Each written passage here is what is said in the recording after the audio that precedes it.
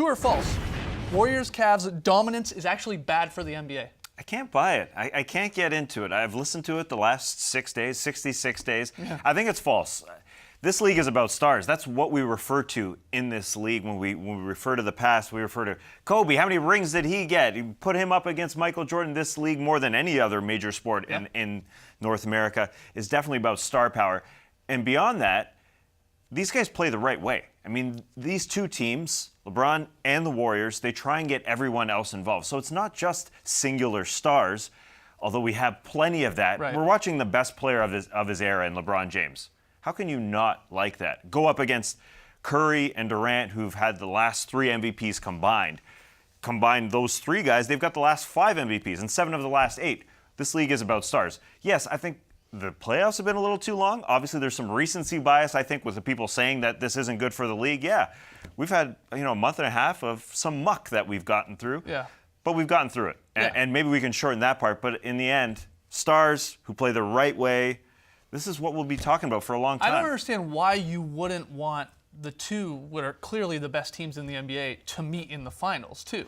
In years past, we've had arguments and complaining about, well, those 2 teams in the Western Conference Finals, that should have been the finals. Too bad it's not. And you've also heard times where a team sneaks in there. Like, wait, even if you go back, Celtics fans will always say the '86 Celtics was the best team they ever had. And they'll follow that up by saying, oh, I wish we got the Lakers in the finals that year.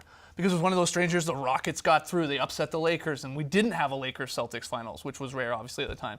So we always usually want the best teams, and we have it. Mm-hmm. You're right, the playoffs disappointed, and maybe we saw this coming into this season, but we've got it. Yeah. And Lee Jenkins has a great article up on SI today about this very topic and about whether this is good or bad for the NBA. And a couple things jumped out at me. One, the NBA is not suffering right now. I mean, they set an attendance record for the 3rd year in a row. Their social media imprint is, the best in all the professional leagues. Their playoff television ratings are still up despite all the blowouts. I think they're going to get even better for the finals. They're definitely going to get better. So, I mean, you look at all that, that's good news. Right. It can be maybe tedious at times, and it feels like it's a foregone conclusion maybe at the start of the season, but it is good because throughout the NBA's history, dynasties, they work. Mm-hmm. People like to see whether they win again or sometimes whether those teams, those dynasties will fail. So I think it's good. And we're watching the best player of his era again in LeBron against the best team, of the last few years. It's a perfect combination. We got 7 All-Stars in the finals.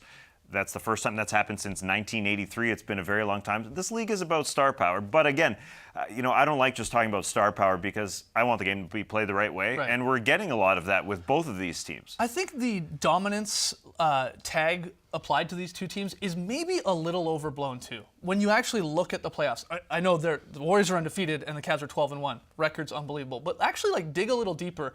Both these teams have gotten a little lucky when it's come to injuries, right? Against the teams they're playing. I don't know if I buy that. Hold on. In the West, the Warriors, Nurkic, who joined the Blazers, and I'm not saying any of these guys playing outside of maybe Kawhi Leonard would have shifted the series to the Warriors losing, but Nurkic isn't there for 3 of the 4 games.